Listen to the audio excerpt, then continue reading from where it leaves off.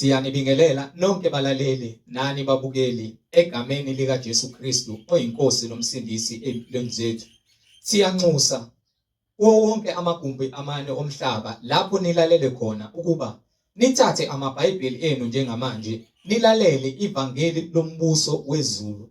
Ivangeli lapho kushunyayelwa khona ukuphenduka kube ngukuthethelelwa kwezono.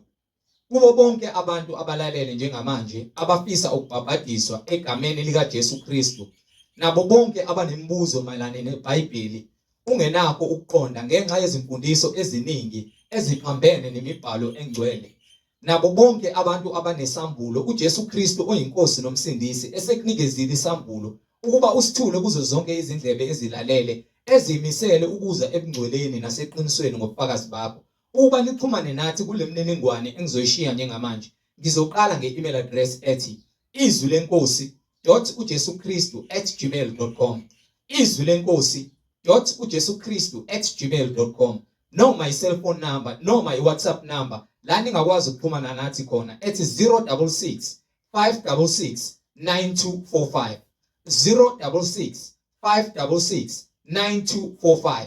Izintshumayelo nezimfundiso ziyatholakala zonke ku-YouTube lapho ungahlala khona phansi uphethe iBhayibheli lakho ulalelisise uhlolisise imibhalo nathi ukube ngabe lokhu okuzwayo ngamadlebe akho ufundiswa khona kuyafakazelwa yini imibhalo engcwele. Njengakho konke esimshumayeza khona simfundisa khona kufakazelwa imibhalo engcwele. So ku-YouTube uzosearcha uthi izwi lenkosi uJesu Kristu, izwi lenkosi uJesu Kristu. Ungakhohlwa ukusubscribe, ungakhohlwa futhi nokupressa i-notification button ukuze ngaso sonke isikhathi uzoyithola izimfundiso eziphilileyo ezisiholela ebungcweleni naseqinisweni. Ungakhohlwa nokushareisha i-link nabo bonke abantu obaziyo, ikakhulukazi labo ohlanganyela nabo ngaso sonke isikhathi. Manihlanganyele nithi kwinhlanganyelo yenu uJesu Kristu uyinkosi nomsindisi empilweni zenu ukuze wonke umuntu ahlolisise imfundiso asuke ishunyayezwa nasuke ifundiswa ukube ngabe iyafakazelwa yini imibhalo engcwele. So ku-YouTube shareisha i-link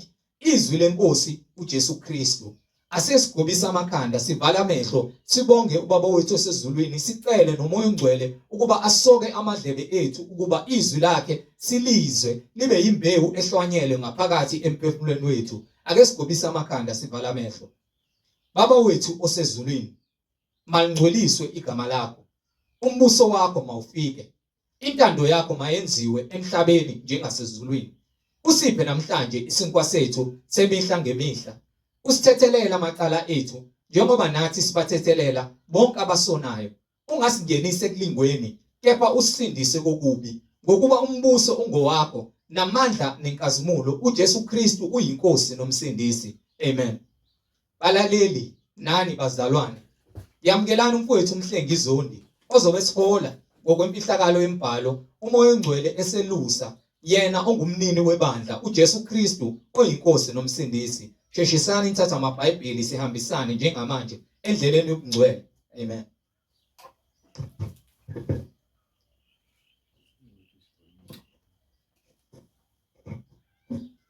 Ngibingelela bazalwane egameni lika Jesu Kristu umnini mandla onke inkosi yokuphila. Silokho sithule bona ubufakazi ngayo imbhalo engcwele ukuthi yinye inkosi, yinye inkolo, omunye umbhabhadiso egameni lika Jesu Kristu, u-Alpha no-Omega, umqali nomphelelisi wokholo lwethu, ongenayo indabuko kepha konke kuye kudabuka kuye. Konke okukhona esikubonayo lokungabonwayo ukwenzile ngamandla akhe.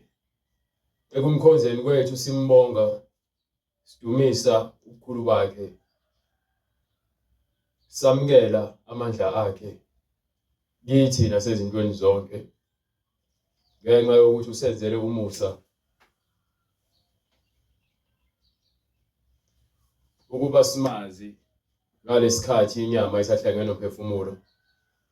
Ungekona ukuhlakanipha kwethu kepha kungumusa wakhe asenzele wona.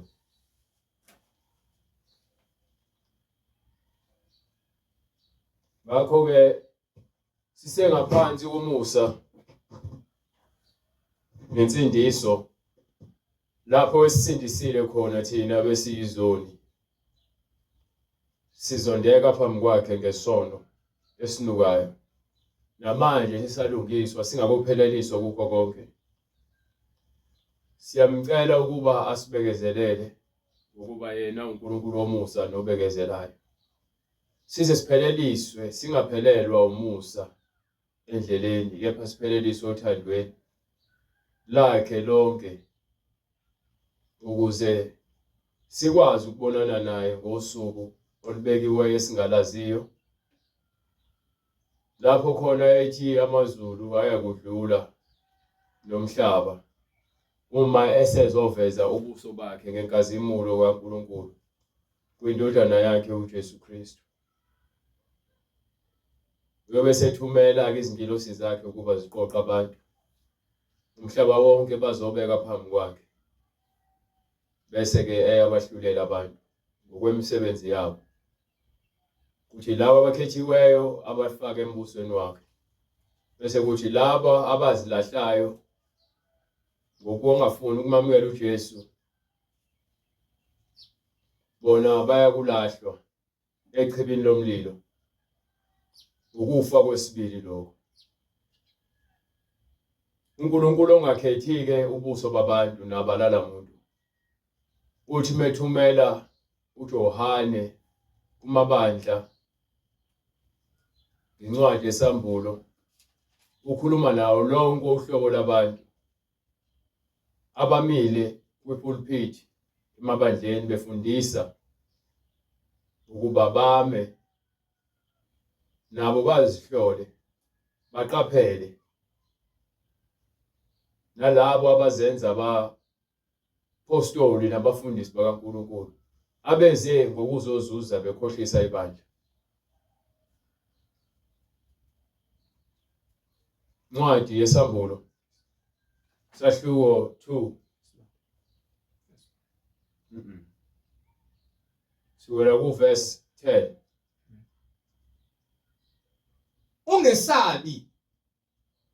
Ungesabi lokho oza kuhlupheka ngakho. Lesi iBhayibheli ekuhambeni kwethu thina simelwe ukuhlangabezana nezinselelo, izilingo, izinhlupheko nokufa. Kepha lithi iBhayibheli ungesabi kulokho ozohlangabezana nakho. Likhuluma nabantu abaphethe emabandleni befundisa abantu, likhuluma nabazalwane ukuba sonke sifanele ukudlulwa ezinhluphekweni. Kepha abantu ababhekene nenselelo kakhulu abantu abafundisayo bembula uKristu bephinde futhi bevala imilomo yalabo abaqamba amanga. Bhekani, uSathane uza kuphonsa abanye kini etilongweni ukuba nilingwe. Futhi uSathane abanye uzobabopha abavalele etilongweni. Elangempela itilongo elakamoya futhi itilongo. Elangempela itilongo uyashumayela umelene nalemfundiso. Umelene nalemfundiso yabafundisi bamanga, ukhuluma against ababusi bakulelizwe abaphasisa imithetho engavumelene yamadoda ukuthi alalane bodwa nabantu besifazane balalane bodwa. Imithetho engalungile ekhulunywa yilo uhulumeni wenu othi ke abantu mabakhiphe izisu, abantu besifazane bahlele imindeni. Lezo zinto lezo uNkulunkulu akazifuni. UmKristu ohlela umndeni uyesihogweni. Umuntu wesifazane olala engashadile esebenzisa indaba zamakhondom uyesihogweni. Noma ke kuthiwa ke usebenzisa ikhondom uyesihogweni ngokubulala ngaphandle komshado. Umuntu wesifazane okhipha isisu noma okhipha izisu uyesihogweni. Umuntu wesifazane udayisa ngomzimba wakhe uyesihogweni. Umuntu odaka utshwala uyesihogweni. Umuntu obhema ugwayi uyesihogweni. Umuntu othanda amanga uyesihogweni.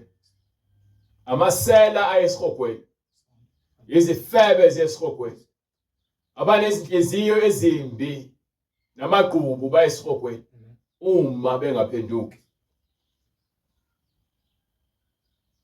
Uma uhulumeni wakho evumela ukuthi abantu balalane ngaphandle komshado azanika amakhondomu, iPhalamende lonke lizoya esihogweni. Uma uthatha umfazi kamfowenu esaphila uyesihogweni. Uma ushiya indoda yakho uyogana kwenye indawo nishadile uyesihogweni. Uma ulahla umfazi wakho uyesihogweni ngoba uyamphingisa. Uma uthakatha uyesihogweni. Izangoma mezingaphenduki ziyesihogweni. Nikela impilo yakho kuJesu ukuze usindiswe kulokufa okuzayo. Thina ke siphikisana nayo yonke into ephambene neBhayibheli ngokuba lithi iBhayibheli izwe onginike incwadi yamahubo sahluko 24 verse 1.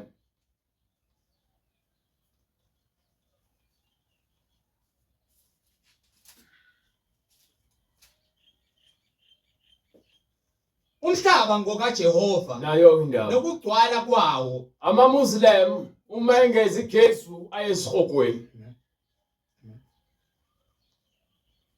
AbakwaShembe uma bengezi kuJesu baya esihogweni. Abashisa impepho babize abantu abadala, babize amadimoni, bahlaba izilwane, bafaka iziphandla uma bengaphenduki baye esihogweni. Le akuyona yami kepha ngiyakutshela nje ukuze wazi. Umhlaba ungokaJehova nokugcwala kwawo. So le ncwadi le esiphethe lesifunda kuyona njengamanje ithi umhlaba ukaNkulunkulu nokugcwala kwawo. Izwe nabakhileyo kuwo. Izwe ukuthi wakhetha isizwe sakaJuda kepha egcineni uthi kwincwadi yezenzo wazakha izizwe zonke ngagazi linye. Wazenza izizwe zonke ngagazi linye ukuba zakhe ebusweni Ukuze bonke zakhe ebusweni bomhlaba. Wamisa izikhathi eziqiniweyo. Wayesemisa la indaba lekhona wamisa izikhathi ezinqunyiweyo kuzona lezizwe azakha emhlabeni wazigcwalisa ubuso bomhlaba wakhetha abantu azokwenza ngabo isibonelo ukuze abantu baqonde ukuthi umthetho kaNkuluNkulu ufuna siphile kanjani njengesizwe esakhile la emhlabeni wakhe. Umhlaba kaNkuluNkulu lo akuwona umhlaba wabantu bakini abangasekho ngoba njengamanje abasekho ngoba umhlaba wabo ngabe basakhona. Umhlaba kaNkuluNkulu lo akuwona umhlaba wakaShembe lo uShembe kanamhlaba. No. Akuwona umhlaba wonyazi lo unyazi anamhlaba. No. Lona umhlaba wezangoma nezinyanga nezanusi lo. Ngona umhlaba wakho lo, umhlaba kaNkuluNkulu lo. Winhlabathi wena, wingxenye yomhlabathi. Ayikho into ongayiclaima lemhlabeni uje yakho. Wamisa izikhathi ezinqunyiweyo nemikhawulo yokuhlala kwazo. Umthetho wakhe usibekela yonke into ekhona emhlabeni njengokuba wayidala. Yabona medala uthi wadala konke ngamandla akhe ngezwi lakhe wabona ukuthi kuhle. Kusukela kwilanga nenyanga nezinkanyezi namafu nesibhakabhaka namanzi nomhlaba nezihlahla nezilwane nomuntu wayesethi makuzalane kwande. Ubani okhulume lokho uNkulunkulu. Manje usawuclaima umhlaba uthi wakhe nakho konke okuphakathi. So uma siphethe lencwadi lo sikhuluma nabo bonke abantu abakhona emhlabeni. Angikhethi busuba umuntu njengoba nginitshela nje ukuze simfune uNkulunkulu. Kunesikhathi esibekiweyo manje isona leso sikhathi uthi uJesu kumuntu wesifazane umSamaria sahluko 4 verse 20. Noma nginike from verse 23.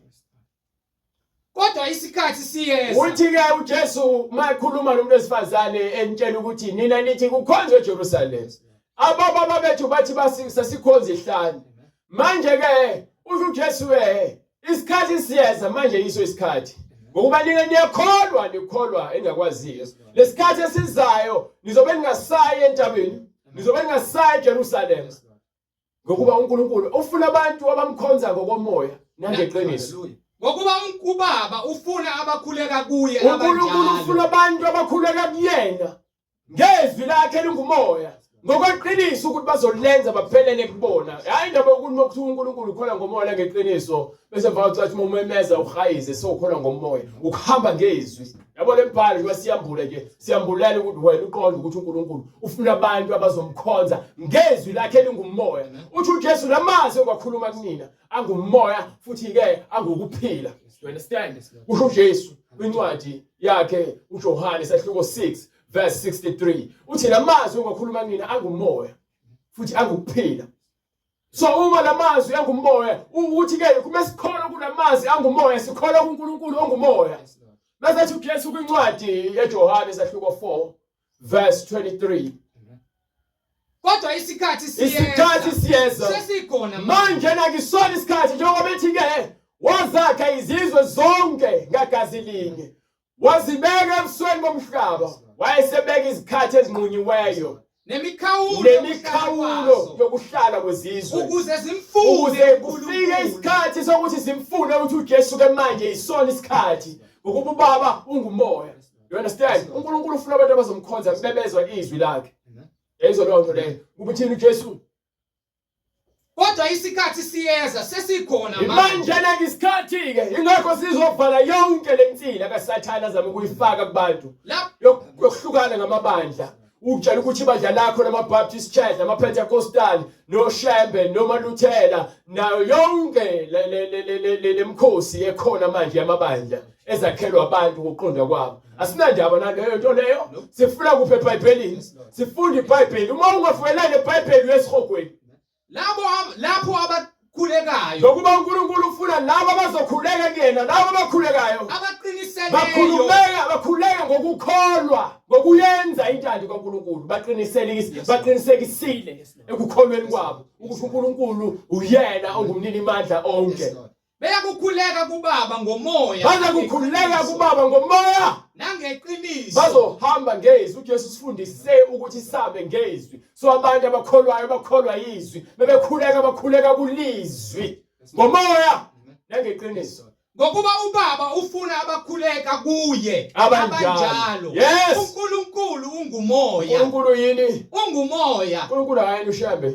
uNkulunkulu ungumoya. Ayena uMaria. uNkulunkulu ungumoya. Ayena amadlozi. uNkulunkulu ungumoya. Ayena abantu abadala. uNkulunkulu ungumoya. Ayena omkhulu. uNkulunkulu ungumoya. Ayena okhokho. uNkulunkulu ungumoya. Ayena izangoma. uNkulunkulu ungumoya. uNkulunkulu ungumoya. Abakhuleka kuye labo bakhuleka kuyena bafanele ukukhuleka ngomoya nangeqiniso. Bakhuleka kanjani? Ngomoya nangeqiniso. Awukhuleke ezilwane ngabakhuleka ngeziphandla. Bafanele ukukhuleka kuye ngomoya nangeqiniso. Ngabe kufanele bahlabe izinkukhu. Bafanele ukukhuleka ngomoya nangeqiniso. Ngabe kufanele bahlabe izinkomo nezimvu. Bafanele ukukhuleka ngomoya nangeqiniso. Afanele umuntu uhlabela umuntu wakini ukuthi akusondezele uNkulunkulu ubuwula lobo phindaphindiwe. Ufanele ukukhuleka mahala kuNkulunkulu ngomoya nangeqiniso nangokuqinisekisa ukuthi uyabethemba uNkulunkulu. Do you understand? So amazwi lawo esikholelwa kuona ukuthi angukuphila asikhomba kuNkulunkulu amazwi lawo okuphila.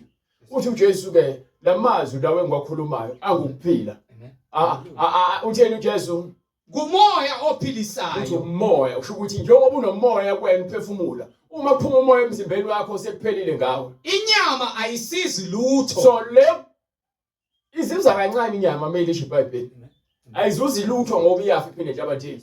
So uma ethi kwincwadi yezenzo ke wazakha izizwe zonke ngagazi linye awuhlukile lutho namunye umuntu. Into ekwenza uhluke umoya ohamba ngawe. You understand? Umuntu umoya ohamba ngabe uwona okukhombisayo ukuthi wena uhamba yiphi indlela uholo ubani umoya ophilisayo. Inyama ayisizi lutho. Inyama ayisizi lutho. Amazwi engiwakhulume kini namazwi esiwakhulumayo namanje akhulunywa uJesu waguquke angumoya. Ibona afuna ukuphilisa lo muntu ongaphakathi ofile ocindezelwe uSathane namadimoni. Angukuphila. Inamazwi kaza kukhulula esonweni aza kukhulula. kuyona yonke imimoya kaSathane. Uma wamukela uJesu wamukela iqiniso lakhe. Abantu abamukela uJesu ngoba naku kuvele kuthiwa nje uyasindiswa ngoba kuthiwa phambi izandla. Kepha abafuna ukuguqula indlela zabo, abafuna ukuguqula indlela abaphila ngayo. Baphilela uJesu. Bafuna ukuza kuJesu benjalo, bahlale benjalo. Bafuna ukuhlala kufebeni. Bafuna ukuqhubeka babheme. Bafuna ukuqhubeka bafake iziphandla. Bafuna ukuqhubeka basebenzise izwasho. Kepha bethi ke bakholwa uJesu basindisiwe. Mawusindisiwe lithi iBhayibheli umoya ophilisayo. Abakhuleka uNkulunkulu bakhuleka ngomoya nangeqiniso. Abamkhonzayo bamkhonza ngomoya nangeqiniso. Awumkhonzi ngezinto eziphathekayo. Siyafuna ukushada, siyafuna imisebenzi, siyafuna imizi, sifuna impahla zokugqoka, sifuna izimoto, sifuna lokhyana, sifuna nemali. Akekho ongayifuna imali. Imali iyona eyenza ukuthi sikwazi ukwenza izinto emhlabeni. Kepha siphilele imali. Lithi iBhayibheli umoya ophikisayo. Lamazwi engiwakhuluma kunini angumoya. Angukuphila. Uma ke lamazwi ewumoya engukuphila. Kahle wonke umuntu ufanele ukuthi abuyele kuNkulunkulu lo. Othi yena ke kwincwadi yamaHubo sahluko 24 umhlaba ungowakhe nokugcwala kwawo. Do you understand? Umhlaba lo kaNkulunkulu. Akuwona umhlaba wamaZulu lo. Akuwona umhlaba wobaba bethu. Njengoba nje lithi umhlaba wobaba bethu lo. Abelungu bafika lalela nabo bangabantu nabo badaliwe. Umhlaba ungokaJehova. Bazothi abelungu bafika kanjani ke? Ngoba bona abafani nathi lithi iBhayibheli uNkulunkulu wadala izizwe zonke ngagazi linye. ngagazi linye. Uyiba umlungu bomsika akaphumi igazi elifana nelakho. Haleluya. Alifana welela. Ukhona iNdiya liyafana nawe iNdiya. Inwele zeNdiya ziyafana nezakho ngokwe-texture. Inwele zeChina ziyafana isikhumba seChina sikhona isikhumba iChina njengami. Wazakha izizwe zonke ngagazi linye. Ukuba zakhe ebusweni bonke bomhlaba. So ukuthi bathi manje ke abelungu bavela kanjani? Wazakha izizwe zonke. Akazange lalela. Wonke umuntu okhona emhlabeni uqhamuka kuAdamu noEva.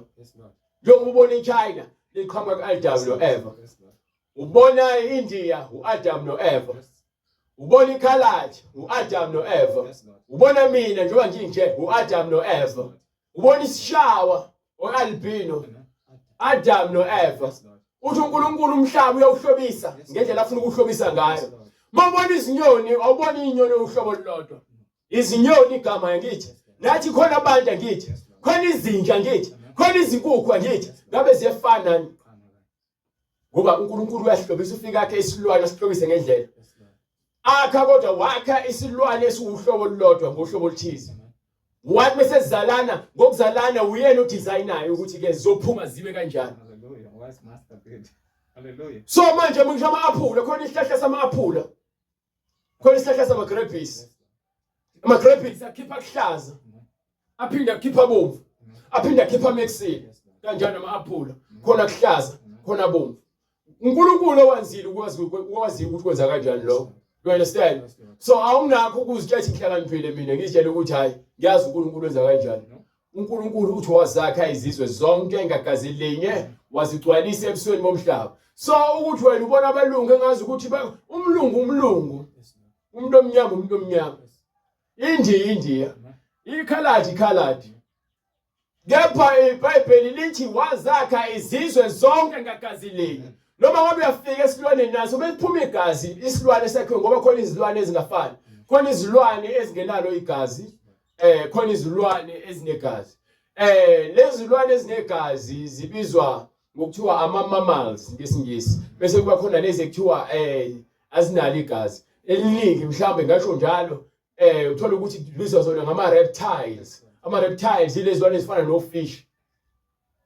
Yayibona lonto leyo. So lezi zilwane njengoba zakhiwe nje kuhlukene. Khona izilwane ezincelisayo, khona ezingancelisi.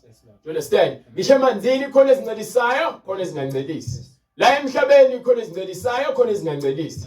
Inyoka nje uthi ngethi isibonelo ayincelisi. Bezala amachwane yazibonela. You understand? So ngibuya ngokuba kulento yokuthi manje ke uNkulunkulu yonke into uyakhile ngokuhlakanipha kwakhe. uNkulunkulu ufuna abantu abazozakela bezokhuleka kuyena ngokomoya nangokweqiniso. Kunezinkolo eziningi nezimfundiso eziningi eziholela abantu ekutheni benze izimfundiso zabantu abadala hayi zikaNkulunkulu. uJesu uyakhala uthi umprofeti uIsaya waprofetha kahle ngani. Wathi lesizwe singikhonza ngezindebe kuphela kepha ngezinhliziyo bakude. Bethatha izimfundiso zobaba babo bazenze zibe imiyalelo. Bethatha umyalelo kaNkulunkulu bagudluze. Bangaphelelisi uNkulunkulu. So ngale ncwadi le sizokhuza abameli, sizokhuza amaphoyisa, sizokhuza abahluleli, sizokhuza abashushisi, sizokhuza abaphathi bomthetho. Ukuthi bangaphathi umthetho ngendlela engafanele. Bangathathi imali yomgwazelo. Bangahluleli ngokwenyama nangokuvela komuntu ukuthi wakhiwe kanjani nanokuthi unemali noma cha. Bangacindezeli abahluphekile. Bangacindezeli abafelokazi. Bangacindezeli abangenababa. Kwabelwe yilowo nalowo ngokwemfanelo uNkulunkulu ngokuba uthi abantu bonke ubakhile. Uthi singabantwana bakhe. Uthi izulu lakhe linethela bonke abantu. Nelanga lakhe liphumela bonke abantu. So mawusindisiwe awukho ngcono nomuntu ongasindisiwe ngokuba umfanekiso kaNkulunkulu naye. Isona kuphela esimhlukanisa nobukhona bukaNkulunkulu. Kepha yena isakhiwo sakhe ke esikaNkulunkulu ngoba uNkulunkulu uyamthanda naloya muntu loyana. Umthandela ungelinye ilanga naye afinyelele ekuthena lazi iqiniso. So awunakuzibona nangelilodwa ilanga ungcwele noma ungcono kunabanye abantu. Uthi umbhalo wazakha izizwe zonke ngagazeleni. Ukuba umhlaba ngokaNkulunkulu nakho konke okuphakathi. You understand?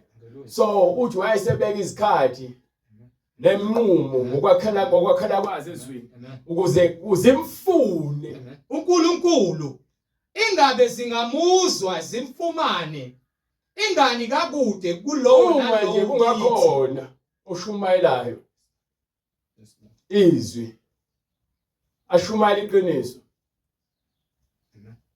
abuyisela abantu endleleni njengoba ethi uNkulunkulu kwencwadi yezenzo sahluko 22 lapho khona u22 23 22 mengaphosisi umpostoli uPaul ethula ubufakazi bakhe ngokuthi uNkulunkulu wazambula kanjani kena uJesu Kristu eseveza ukuthi uma esembizile umbizela ini yini ambizela yona utheni incwadi izenzo isahluko 22 from verse 6 kwathi ngisahamba ngisondela eDamaseko kwaphanyeka kuphakathi kwemini kwangibaneka masinyana nxa zonke ukukhanya okukhulu okwavela ezulwini ngawa phansi emhlabathini ngezwa izwi lithi kimi Saul Saul ungizingelelani na ngase ngiphendula ngithi ungubani Nkosi na wathi kimi mina nginguJesu waseNazaretha wathi Nkosi mina ngingubani nawo wathi mina nginguJesu waseNazaretha omzingelayo wena kepha labo ababenami bakubona ukukhanya kodwa izwi lowakhuluma nami abalizwanga. Yes sir.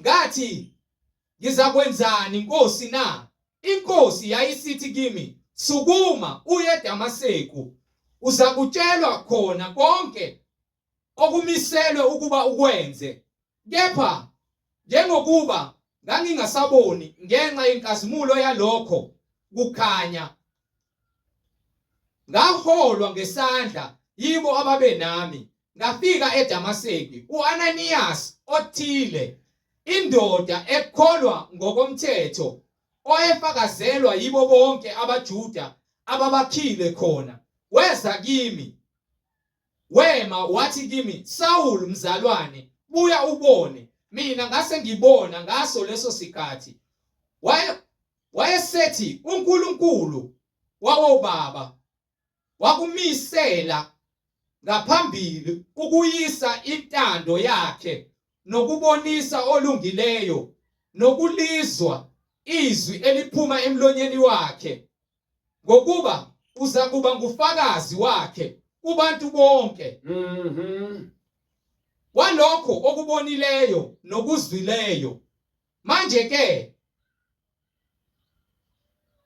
ulibalelani na? Sukuma ubhaphathiswe uhlambulule izono zakho, ngikukhulule egameni lakhe.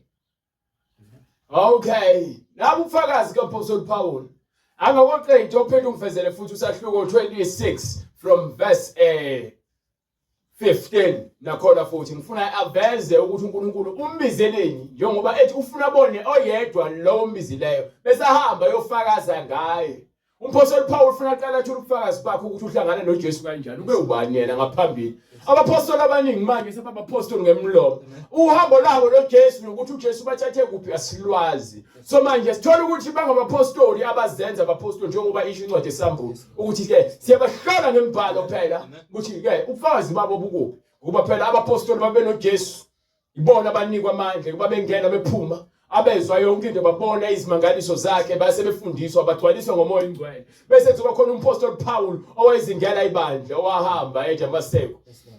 Endleleni uNkulunkulu wazambula kuyena. Wayesethi ngizokhombisa konke. Mehamba umpostoli Paul uhamba nemfundiso uJesu amnika yona. Hayi ke ukuthi uyinikwa abanye abapostoli noma kuyinikwe umfundiso othize. Uyena uqobo uJesu ukhuluma kumpostoli Paul. So methi ke ngizakusebenzisa okufundela incwadi ethini. Incwadi izenzi sahluko 26 verse 15. Kepha mina ngathi ungubani inkosi? Kepha mina ngathi ungubani inkosi wena? Inkosi yathi mina nginguJesu. Mina nginguJesu lawo omzingelayo. Kepha sukuma. Manje sukuma. Ume ngezinyawo zakho. Ume ngezinyawo zakho. Ngokuba ngibonakele kuwe. Ngokuba isizathu ukubonakala kwami kuwena. Ngalokho ukuba ngikumise. Ukuthi ngifuna ukukumisa. Ube yisikhonzi nofakazi. Isikhonzi bese uba yini? Ufakazi. Bese uhamba uyofakaza ngami. Walokho kungibona kwakho. Yes sir. Nokwalokho engiza kuzibonakalisa kuwe ngakho. Uthi ngisazozibonakalisa kuwe ngesizathu nangezinto okumele uzenze, ozomela uzenze. Nohambo kumele uhambe. Imina ozobe kuhola. Yezo lonto leyo. Ngikophule esizweni. Bese ngiyakusindisa kubantu. Nakwabezizwe. Nakulabo abantu futhi basezizweni. Engikuthumela kubo. Engizokusa kubona, ngizokuhambisa mina, ngizokusibekela kubona bonke abantu ozobuthula ukufakazi kubona. Lezinto engizokwambulela zona ubafundise. Ngizophinde ngikuvikele kubantu bakini nabantu basezizweni. Ukuvula amehlo abo. Ukuze ukwazi isizathu kweso ukuthi sifundise iBhayibheli. Fanele kuvuleke amehlo abantu. Ukuba basuke ebumnyameni. So iBhayibheli sisebenzisela ukuthi senze profit. Sisebenzisela ukuthi sivule umnyama ukukhanya. Sambule ukukhanya noJesu kubantu. Ukuba njengoba ngikyala ngithi mina ubhema isinemfu uzoyesihogweni. Umuntu wesifazane ufaka amabhluku namacici nemakeup nenono zokufakela upenda izinzipho uzoyesihogweni. Uphila kumkempito uzoyesihogweni. Uphila ke otshwaleni isidakwa uzoyesihogweni. Uqamba amanga uzoyesihogweni. Ubukholo wabaleka uzoyesihogweni. Wena ke umphika uKristu ufuna ukuvuma iBhayibheli uzoyesihogweni. Wena ke uyentshontsha, wena ukhuluma amanga uzoyesihogweni. Uthanda imithi uhamba izangoma uzoyesihogweni. Uthwele uzoyesihogweni. Udayisa ngomzimba wakho uyesihogweni. Wena uthatha izicuthu zezingane uyazishiswa wenza iminikelo kuma demon uhlaba izilwane ufaka iziphandla uzoyesihogweni. Ucaba umzimba wakho udweba ama-tattoo uzoyesihogweni. Upenda umlomo uyesihogweni mphakathi. Uma ungaphenduki umfundisi ufundisa amanga ushumela abantu baprofethela ngeziwasho namafutha uyabadayisela uzoyaphakathi esihogweni. Do you understand? Ukuvula amehlo abo ukuba basuke ebumnyameni. Sonto kashabe uzoyesihogweni. Basuke ebumnyameni. Usonde eMaramini uzoyesihogweni. Basuke ebumnyameni. Usonde eZCC uzoyesihogweni. Basuke ebumnyameni. Uzoyesihogweni. Baphendukele ekukhanyeni. Fanele nisuke ebumnyameni nize ekukhanyeni. Awukhulumisani umakhelwane wakho uyaphakathi esihogweni. Ubulala abantu uyesihogweni. Uyahlulela ngendlela engafanele, uthatha imali emgwazelo uyesihogweni.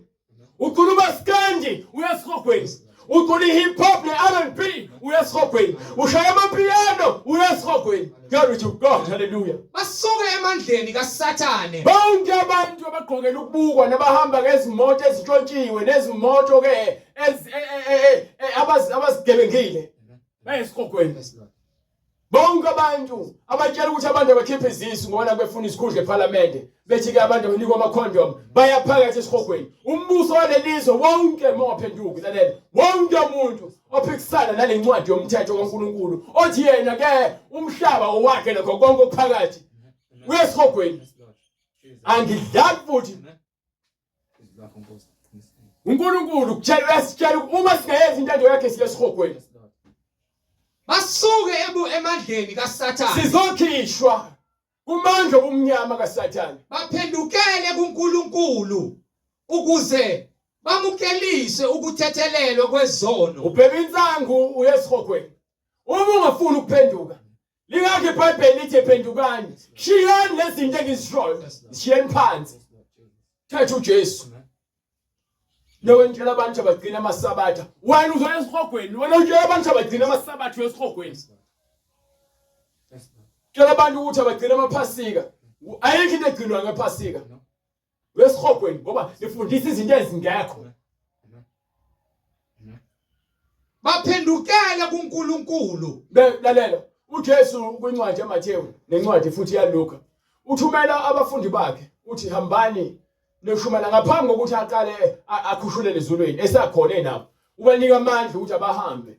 Incwadi yaMathewu kusahluko 10 lapho khona kuverse ngithi qala lapho kuverse 11 esebakhethile abafundi bakhe abawu12. Emva kwalokho uyabathuma uthi hambani nebantu bendlu kaIsrael.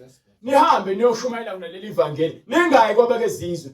Uthi niyakudla noma ngabe yini ebekwa phambi kwenu. Konke nikwayo niza kudla ukubeka phambi kwenu. Azange asho ukuthi ke ningayidli ingulube ningakudla okuthize. Uthi into ebekwa phambi kwenu nidle ukuba umuntu ufanelwe lokho akuphiwayo. Hallelujah. So uzotshela abantu bangayidli ingulube, bangayidli bangadli okuthize, bangadli okuthize. Wena umosha isikhathi sakho. Ufundisa into engekho uyisigcina somthetho. Ufundisa abantu ukuthi bagcine umthetho. Uma ukuthi uthi abangakudla ukudla okuthize yini ehlukene nokuthi uthela ke abasika amajwabu. Yoba nisho abantu abagcina amasabatha. uJesu yonke imisebenzi ayenza wayenza ngesabatha. Hallelujah. Yonke into ayenza uJesu ngesikhathi lapha abantu wayenza ngesabatha. Ngalesikhathi kwincwadi yaMathewu yaJohane sahluko 5 efika khona umbhemu olele ngasemanzini ohlezi ethi ke uyafuna ukungena emanzini kepha manje bangena kuqali kunayo. Uthi uJesu sukuma uthathe ucansi lakho uhambe nalo. Abafarisi bathi ke kwenziwa yini uphathe ke umbhede wakho umstansi sakho ngosabatha akuvumelekile ngesabatha kwakuvumelekile ukuthi ithintwe lutho. So uJesu mefika ngesabatha kusho yena umnini wesabatha athi ke thatha istansi sakho uhambe. Ngokumele nqabe. Hallelujah. Manje kwelo ngitshela ukuthi ke ayikho inkinga mengenza lezi zinto ngesabatha ngoba vele libahlulile. Libahlulile isabatha. So manje why thina kumele siqiniswe isabatha? Abantu abasonde kwamoya, Church of the Holy Ghost. Uma ningaphenduka imphume kwisinagoge likaSathane niyaphakathi esihogweni. Ayokuthi bathi umoya engcwele noma bathi elikamoya. Hayi bese sifika kwimfundisi akulona elikamoya. No. Akulona elikamoya. Baphika umbhabhatiso. Bavumela abantu besifazane ukuthi baluke. Bangamboza amakhanda bebezokhuleka. elikaSathane lelo sinagoge baphikisa iBhayibheli bathi abapostoli nababhali beBhayibheli baba nephutha isihogo leso angikhathali ukuthi ngabe uthini ubani kanjani iBhayibheli limile eqondile asikwazi ukuthi sivule amabandla sithi sishumayela ngoJesu bese sophikisa abapostoli bakhe ababe naye Hallelujah. ungakholwa kwakho ungakubeki kumina lithi iBhayibheli ngontamo olukhulu inhliziyo zimbili amakhanda yena afana nezinsimbi izinhliziyo zenu zifana namatshe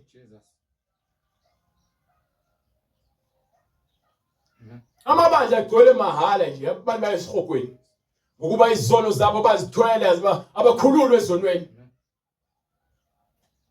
abakhululwe ezonweni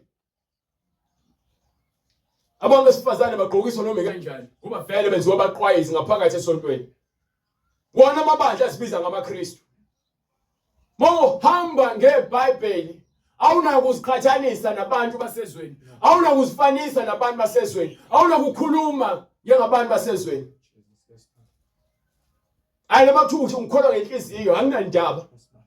Uyakhuluma. Uyazikhohlisa. Yes, Lord. Lisho iBhayibheli sikholwa ngomoya sikholwa ngenhliziyo. Ufuna inhliziyo uNkulunkulu ethandayo yena njengoDavide. Amen. Wena inhliziyo yakho yamthandayo yabuthanda izwe pho. Uyazikhohlisa ungafuna ukuphenduka uyaphakanya esihogweni. Hayi mina ngiyithanda indlela eshumela ngayo wena uyahlulela. Anginandaba mina. Vele ninzalo yezinyoka. Jesus. Hallelujah. Thina sizoqwashisa abantu ukuthi bavuleke amehlo. Yes, Lord. Baxwaya abafundisi bamanga. Umpostoli Paul unikwa amandla ukuthi azovula amehlo abantu beze kuJesu. Nina anibhabhatisiwe, iningi labantu basindisiwe, abakazi abangena emanzini, ababhabhatiswanga egameni likaJesu Kristu, abawazi umoya oyingcwele, abahlalanga kubona umoya oyingcwele, kepha ke bathi bona yini umoya oyingcwele bayamazi.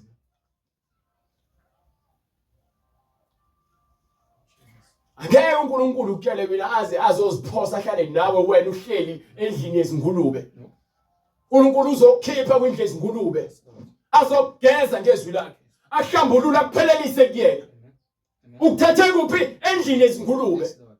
Basuke emandleni kaSathane. Ube kuthatha amandleni kaSathane ukukhipha endlini yezingulube kugcwele udaka, afike kugeze, akathathanga uclean, ukuthatha ungcolile, uzokugeza. Wangafuna ukugezwa wena. Hallelujah. Baphendukele kuNkulunkulu ukuze bamukeliswe ukuthethelelwa kwezona. Hayi njani ukuthi indlela awushumayela ngaye ayinani uthando. Anginandaba. Okusalayo ukuthi iBhayibheli engilikhulumayo. Hallelujah. Hallelujah. iBhayibheli engilikhulumayo, nake iBhayibheli uyeke mina. Yes, Lord. Yes, Lord. Sesevula iBhayibheli lakho. Le ndaba zepolitiki yamaqembu omunye, hayi mina ngwasepostoli, hayi mina ngwasebaromini, hayi mina ngiyiCatholic, hayi mina ngiyibaptist, hayi mina ngiyiPentecostal. Uthi uJesu uhlukanisiwe yini? Amen. Amen. Hallelujah. Umbhaphathisi wakufela yini? No. Hallelujah. Umpostoli Paul wakufela yini? Amen. uLuka wakufela yini? Kanye. Kwenziwa yini pho nivula amabandla nithi o Saint Luke, no Saint John Church, no John the Baptist Church, no Shembe of Nazareth Church. Ushembe waseNazareth esihogweni. Yes, Lord. Yes, Lord. Akho Shembe waseNazareth la. Amen. Baptist Church ufakazelwa yiphi incwadi ngale mfundiso yakhe nale bandla lakhe leli? Amen. Lord Jesus. Hayi njalo ufana nomaziswa abantu abamnyama, yena wathunyelwa ukuthi ezolanda abantu abamnyama zobahola. Kufanele bandla likamoya lapha ka Church of the Holy Ghost basho the same thing. Hayi nje umqalisi yena ufana noMoses wathunyelwa kubantu abamnyama, njengoba nabanye abaphostoli babethunyelwe, kiwa bathunyelwe ezizweni zonke. Hallelujah. Ezizweni zonke. Hallelujah. Hallelujah. Hayi thina njena njengoba sibandla lakamoya siyathina siqhamuka phansi kwenzalo kaNoah, uHamu wayemnyama, kwathiwa thina sizohlupheka ngoba thina saqalekiswa. Uwena osiqalekisayo. Yes, Lord. Nithatha zonke izinto ezishiwo abantu lezi abantu bacebile ngalamabandla ka Church of the Holy Ghost makhulu. Mawuthi ulalela imfundiso zakhona ukukhulunywa ngemali, akukhulunywa ngesono. Jesus. Masifika kubona bathi hayi nathi sasifana nawe, sasishisa njengawe. Ngithi mina pho yini kwacisha umlilo. Amen. Amen. Hayi nje sesilinde nje ukuthi uvume ukuthi wena wazilutho bese sikubeka izandla wehlelo umoya. Ngathi ufuna wena ukucela umoya ingcwele akusize kule nkungu egcwele usobakho, uzofuna mina ukuthi ngigcwane le nkungu yakho. Yeke ukubone lokho. Amen. Glory to God. Ngeke Jesus. ukubone. Hallelujah. Glorified Lord. Sihamba ngeBhayibheli. Ukuvula amehlo abo. Glory to Jesus Christ. Sibile ngeBhayibheli. Baphendukele ekukhanyeni. Isekelo sokushumayela iBhayibheli. Wonke umuntu ofuna ukukhuluma makakhulume iBhayibheli. Yes, Lord. Ufuna ufundisa abantu benze uJesu njengamazwi akhe akhona eBhayibhelini biza wona. Yes, Lord. Ngasibizeni into oyicabangayo noma usizwa kanjani. Abantu abaningi athi nje mina isambulo sami angisifune sakho, ngifune sikaJesu. Yes, Lord. Ngifuna sona kuphela. Yes, Lord. Amen. Hayi mina nje ngokubona kwami angifuni lo leyo. Besikhuluma ngento zikaNkulunkulu, ngitshela ukuthi ilizwi lithini. Yes, Lord. Lithi makuthi wonke umuntu okhulumayo akhulume njengamazwi Yes, Lord. kaNkulunkulu. uNkulunkulu meni uAbraham akamnikanga ukuthi cabanga Abraham, cabangani? Ngitshela ucabanga kwakho Abraham. Ucabanga ukuyaphi? No. Hallelujah. Zangasho njalo uNkulunkulu. Ngidala ukumosa. Hallelujah. uNkulunkulu uyanika izwi elipheleleyo liqede izwi lakhe njengoba iBhayibheli licacile. Angivumeli owesifazane ukuba agqoke impahla zowesilisa. Nowesilisa ngimvumela agqokiswe kowesifazane. Ngokuba yilowo nalowo wenza lokho kuyisinengiso. Hallelujah. Ugogo wakho umile esontweni uyangena ugqoke ibhlukwe. Uma wakho ugqoke ibhlukwe, baba wakho ugqoke ibhlukwe, ubani indoda? Amen. Lishe iBhayibheli ningafebisi izingane. Ningenzi izingane umahosha. Le ndlela enigqokisa ngayo izingane zenu. Zinomhosha phakathi. Inobundindwa phakathi. Ngane zifaka isomaqhiqi. Ziluka izinwele zifaka amabhonki. Emakhaya. Gqoka ibhlukwe elincane ingane. Yazi kuyingane vele utshela impela ukuthi ifanele kumahosha. Kuthiwe izwe lizongcola. Oh Jesus. Ayikho indoda evumelekile ngokweBhayibheli iTestament elisha ngokusho kukaJesu efanele ewumKristu efanele ibe nabafazi ababili. Ayikho. Yonke indoda nomfazi wayo. Lithi iBhayibheli uNkulunkulu wakha abantu ababili. Wathi indoda yakushiya uyise, akasho ukuthi amadoda ayoshiya unise nonina anamathele kwabafazi babo. Noma indoda yoshiya anamathele kwabafazi bayo, yanamathele kumfazi wayo. Yes, Lord. Amen. iBhayibheli esipila nalo. Niyasaba ukushumayela iBhayibheli. Ngokuba nifuna amabandla enu ahleze egcwele. Lo nishumayela imotivation. Ngiyayinyanya imotivation ebushumayela abafundisi. Ngiyayinyanya. Yenza indaba. Ngiyayinyanya. Bonke abantu abashumayela ivangeli lemotivation. Ngiyalinyanya ivangeli labo. Nginyanya ivangeli labantu abashumayela imotivation. Poison. Hallelujah. Batshela abantu ukuthi bahale, bafundisa abantu ukuthi bahale. Amen. Fair. Hallelujah. Nokufebe, nokuziphakamisa. Imotivation inakho ukuthi abantu bazikhukhumeze, babone ukuthi bona izinto zingahamba uNkulunkulu nje kufanele angusise. Asikho isikhali esibekelwe mina siyaphumelela. Imotivation ikhuthaza ukuthi uhlale kuJesu, uhlale kukuhlakanipha kwaNkulunkulu. Imotivation angempela. Hayi liyasezweni, yazokwenza ibillionaire. Uzofa le billionaire yakho nalozosala ngemuva. Uthi uJesu ke enye indoda ke lapha kwincwadi yaLuka ethi mfundisi ngicela utshele umfowethu phela anginike ahlukanise nami ifa. Uthi uJesu ubani ongenze umahluleli nomahlukanise phakathi kwenu? Athi uJesu qaphelani ukughala. Qaphelani ukughala. Khuluma nabaFarisi abatshela the same thing. AbaFarisi babulawa ukughala, bathanda imali. Uthi nina nizenza bahle kubantu, kepha uNkulunkulu uyazazi inhliziyo zenu. Uthi le ndoda ke uJesu menze isibonelo, yayicebile umhlaba wathela. Thebe suthelile umhlaba sekumele ibeke enqolobaneni. Thola ukuthi igcwele inqolobane incane. Yayisihlala le ndoda yacabanga ukuthi ngizokwenza njani. Yayisithi hayi ngizobhidliza le khona bese ngiyakhipha enkulu. Yayisenza njalo yakha yasiyafaka phakathi into zayo.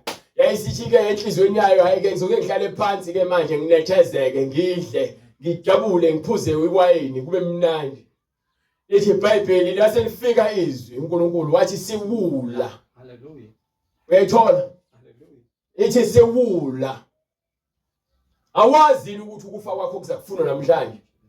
Bese fileke ucabanga bese fila ngisesebenze semane sithola imotivation siyakhuthazwa ukuthi sibe nemali sino life coach abasikela ukuthi mina sicebe silahla ukholo ngenxa yengcebo silahla uJesu ngenxa yengcebo ufe uyabuza uJesu uthi ke yonke lento ayiqongelelile njengoba esebekile wabeka imali usenama thousands ama millions uthi njengoba ke esefile eyabala lo mali.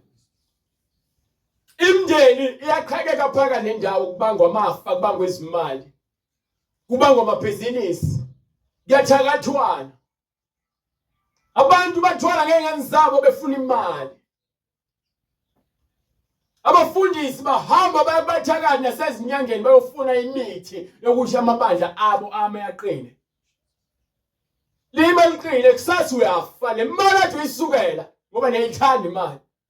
Le mali athi uyisukela izosala ngemuva ekabani. Hayi imali yabantu abami wena uzobuka esihogweni. Lithi iBhayibheli kwakukhona indoda eyisiqili. Egqoka kahle idla kamnandi kukhona indoda ekuthiwa uLazarus ihlala esangweni lale ndoda eyisiqili. Le ndoda ehlele esangweni inezilonda ikhothwa izinja ilindele izinsalela eyivuthuluka ezoqhamuka kule ndlu letafuleni lesicebi. Yes, Lord. Yes, Lord. Bekhambeni kokuphila lithi iBhayibheli indoda eyisicebi yafa bayimbela. Yes, Lord. Lithi iBhayibheli uLazarus wafa wathathwa izingilosi zayombeka esifubeni sika-Abraham. Emva kwalokho indoda eyisicebi kuthiwa yavula amehlo kuphi esihogweni. Hides, hallelujah. Yavula amehlo esihogweni. Yes, Lord. Yonke ingcebo oyisebenzele emhlabeni ithi-ke incwadi yaTimothewu yokuqala sahluko 6 verse 17. Ithi bayana bonke abatabileyo emhlabeni sizokutshela wena osasukela ingcebo. Nami uqobo lwami uma ukuthi ngithanda imali ngaphezulu kaNkulunkulu ngisenkingeni. Lethe iBhayibheli ke incwadi yokuqala kaTimothewu sahluko 6 verse 17.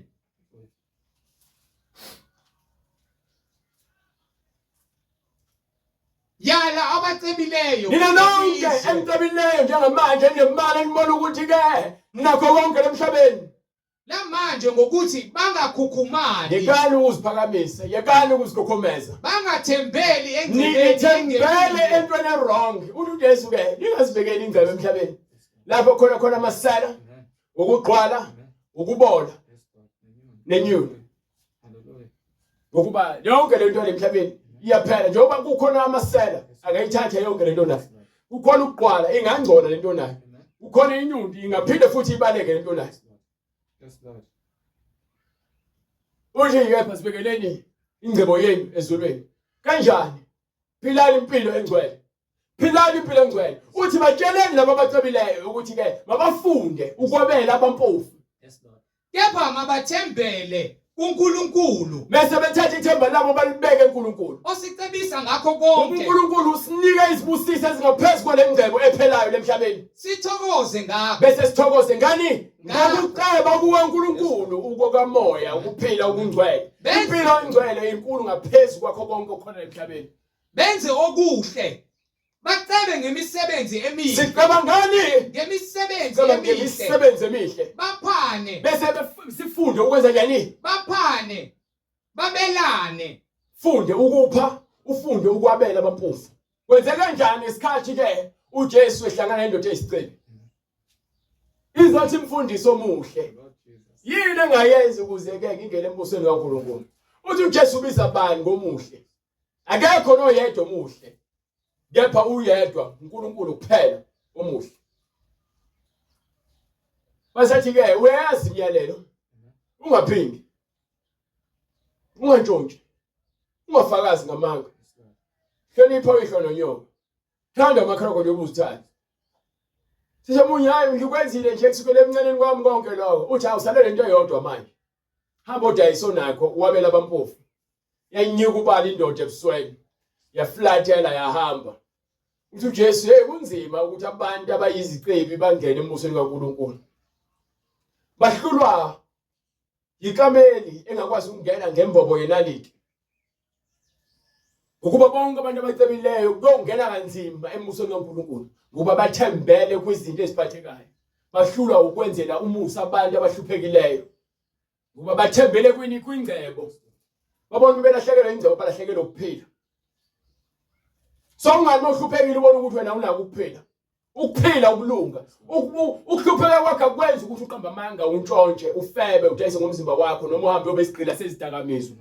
Noma ube umbulali, ubona wena ubulala ngemali. Ukuhlupheka kwenza kuhlola ukholo lwakho ukuthi wena fanele ulinde uNkulunkulu aze kuphakamise. Umona lo iwona osibulalayo thina abantu.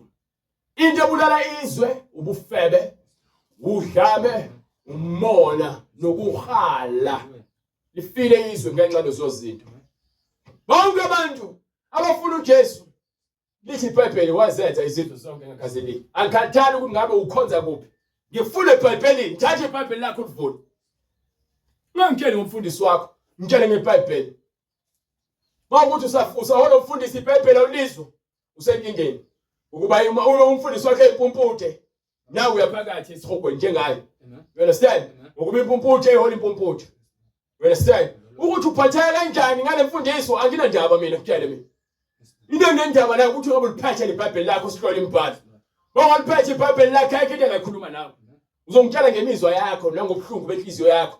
Nangenga yakho nayo ukuthi wena uthukutheleka kanani. Anginankinga into engikhulekelayo ngelinye ilanga uNkulunkulu avula amehlo. ukuvula amehlo abo ukuba basuke Ukuze ebumnyameni uvulela amehlo usuke ebumnyameni. baphendukele Uphendukele kukhanyeni. basuke emandleni Usuke kaSathane emandleni kaSathane. baphendukele kuNkulunkulu Unamathele kuNkulunkulu. ukuze bamukelise ukuthethelelwa Sifuna la. kwesono.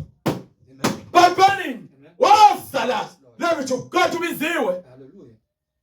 Sitshela ngezinto zemhlabeni. Ibandla lami nje likhulu sinama branch namagatsha eNewcastle eCape Town. Angina ndaba. Yes, Lord. Yes, Lord. Wapha ufeba. Yes, Lord. Amen. Waye udaka utshwala. Hallelujah. Uyikholwa. Amen. Waye uhamba nqunu. Waye upenda izinzipho zakho. Jesus. Waye ukaba amanga. Uyikholwa uthoma ngamabandla. Amen. Nika incwadi yezenzo bonke labo bafuna ukuthi babuyele kule incwadi leqiniso. Uthi ke awuqala unginikele incwadi yaseKorinte yesibili. Sahluko 6 verse 14. Bese fakela ukunginika incwadi yezenzo. Ngifuna nje ukunikhiphe emabandleni enamanga. Phumani kuwona. Ngingambokhi isikhathi sakho. Umhlaba lo kaNkulunkulu. Incwadi yokwahlulela iBhayibheli. Yonke into eyenziwa emhlabeni ufuna ngidlule eBhayibhelini. Yes, Lord. Uma iphambene neBhayibheli usathane lo. Akile njalo ukuthi uthini phambi kwami. Akile njalo ukuthi uthini. Ngithi mina into ephambene neBhayibheli nomyalelo kaNkulunkulu. Usathane lowo. Usathane lowo. Glory to God usathane. Yes, Lord. Yes, Lord. Uthini umbhalo? maningaboshelwa ejokeni linye Phumani nabangakholwayo emabandleni amanga. Yekani ukufudumeza nokufukamela izihlalo nizalela amaqanda ayasono. Ngenxa yokuthi lokho nithi phela mina ngakhulela lana. Mina ilona bandla ngaqala ukulazi leli. Asina ndaba nalo lethene eBhayibheli. maningaboshelwa ejokeni linye nabangakholwayo Uloko umfundisi omlanjalo kaze kushumayeza. Wena usebandleni labantu abangakholwayo. Uma wakho umshumayeli. Uya esontweni ngobana kwenzela yena. Wena usebandleni lina abantu abangakholwayo. ngokuba kunakuhlanganyela kuni ukulunga nokungalungi Umfundisi wakho uthi ungalimboza ikhanda uma uzokholwa. Umfundisi wakho uthi igqoka noma kanjani. Wena usebandleni likaSathane. Maningaboshelwa ejokeni linye nabangakholwayo. ngokuba kunakuhlanganyela kuni ukulunga nokungalungi na Ibambe lapha ngifuna uye kude. Ngifuna nje ibambe lapha. Ngitshela ukutheni. Bhayibheli limini. Uthini uPetro? Thena uPetro. phendukani Phendukane. yiloyo naloyo abhabhathize Yilo emasuphenduka fanele kungene emanzini. Mongokobhabhathisa uphelelisiwe. Ngokuba awuhambi ngeBhayibheli. Yes, Lord. Fanele ukuhamba ngeBhayibheli. Lithi iBhayibheli phendukane. yiloyo naloyo abhabhathize Yilawo nalowo umzilo Ananias. Uthi kuMpostoli Paul. Usahlaleleni sukuma. Yes, Lord. Ngikufaka emanzini. Yes, Lord.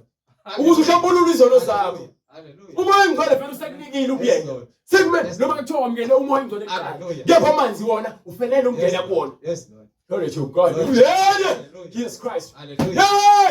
Hallelujah. Glory to God. Hallelujah. Hallelujah. Fanele ungene emanzini uyathanda uthandi. Amen. Kubhalwe phansi. Yes. Phendukani. yiloyo naloyo Yilawo abhabhathize nalowo fanele kapaphathise. egameni Egameni likaJesu likaJesu Kristu. kukho ukuthethelelwa kwezono zenu Ukuze sithethelelwe lamacala ethu nokungcola kwethu. Asenze lokubhalwe eBhayibhelini. khona niyakwamukeliswa Khona ke nje senamukeliso. isiphiwo sikamoya oyingcwele Ezolo umpostoli Paul wathi isiphiwo sikamoya ingcwele. Incwadi yezenzo sahluko 10 umpostoli Petro efundisa kwehla umoya ingcwele. Yes, Lord. Hallelujah. Hallelujah. Endlini kaCornelius. Yes, Lord. Wayesethi ke yini ngavimbi kulabantu bangena emanzini. Hallelujah. Sebewutholile umoya ingcwele. Kuyenzeka uthola umoya ingcwele eqali. Amen. Kuyenzeka njengoJesu yena owangena emanzini. Yes, Lord. Wayesethandaza kwavuleka amazulu kwehla umoya ingcwele. Kuyasikhombisa ukuthi ke nayi process yokuza uNkulunkulu. Ngena emanzini uthola umoya ingcwele. Bese uthola umoya ingcwele ngena emanzini. Amen. Amen. Ngena emanzini. Yes, Lord. Bese uhlale ulinde imfundiso kaNkulunkulu igcwalise wehle nomoya ingcwele ugcwalise bonke. nesabelo phakathi kwabangcwelisiweyo ngokukholwa kimi Lord Jesus. Yenzo lonto leyo. phendukani yilowo nalowo abhabhathiswe egameni likaJesu Kristu kukho ukuthethelelwa kwezono khona zenu ngene yokwamkeliswa isiphiwo sikamoya ingcwele ngokuba isithembiso ngesenu nesabantwana benu esaba bonke abakude bonke inkosi uNkulunkulu wethu eyakubabiza wayesefakaza nangamanye amazwi amaningi obayala wathini zisindiseni kulesizukulwane Sifanele esiphambeneyo ukuthi sibalekele imfundiso engekho eBhayibhelini size eBhayibhelini sohlala kuNkulunkulu ngokuba uJesu yonke into asifundisa yona uthi njengoba kubhaliwe nje sifanele ukuhlala kukho konke akushilo azabuye mophuma la wena uyozifunela imfundiso zakho ku-internet uyolalela Enigma noma ekutshela izinto ezinye zaze ezithinta iBhayibheli kepha okuningi kwabo okwamanga hayi angikusoli mawukuthi unenkani ubuka mina kabi ngiyazi ukuthi usathane uyavala amehlo omuntu ezitshela ukuthi uyazi hayi wabavala amehlo omuntu yabo mesuno ulokuphetheka kabuhlungu ukuthi ushumayela kanjani ngithe mina vule iBhayibheli ngeke ungitshele ukuthi uNkulunkulu athi usuku lokubuya kwakhe alaziwa umuntu uqhamuka ku-Enigma azothi uyalazi yena lithi iBhayibheli ke imbhalo ngeke ize yeqiwe asikwazi ukuyeqa imbhalo angikwazi ukweqa imbhalo ayekhathali unoba ukholwa ngakanani angikwazi ukweqa imbhalo ngeke fezeke konke uthi khona lodwa igama nasicashana na ekhona emthethweni engafanele kwenzeke ukuze kugcwaliseke konke konke ubhalwe phansi kufanele kwenzeke abaprofeti bamanga kuyenzeka amaphupho bamanga kuyenzeka isona esontweni siyenzeka wonke umuntu ofuna ukuhamba ngeBhayibheli ayozoza kuthina azovula iBhayibheli lakhe hlola imbhalo Jesu Kristu uyinkosi wonke abantu abafuna ukubhabhatiswa baza kusithenda kuleli mininingwane ebona escreenini ukuze uNkulunkulu ezindlela ukuthi sifinyelele kuwena ungene emanzini ubhabhatiswe egameni lika Jesu Kristu kukho ukutheshela kwezono zakho uNkulunkulu aqhubeka kangcine bazalwane siphinde sibonane ngokuzayo evumile inamba loyibonayo wona usithinta kuyona unombuzo sithinte kuyona ufuna ukubhabhatiswa sithinta kuyona ne-email address kanjalo uyisebenzisa for lozo sizathu lezo siphinde sibonane uNkulunkulu evumile ngamgqibelo ntambama Jesu Kristu uyinkosi osivala umkhuleko kulo uNkulunkulu namandla siyabonga Nkosi uJesu siyalibonga izwi lakho Nkosi eliphilileyo siyacela Nkosi lingene ngaphakathi kwimphefumulo yethu lifeze umsebenzi wakho uNkulunkulu namandla lihlanze izinhliziyo zethu lilethe ukuqonda Nkosi nokuvuleka kwamehlo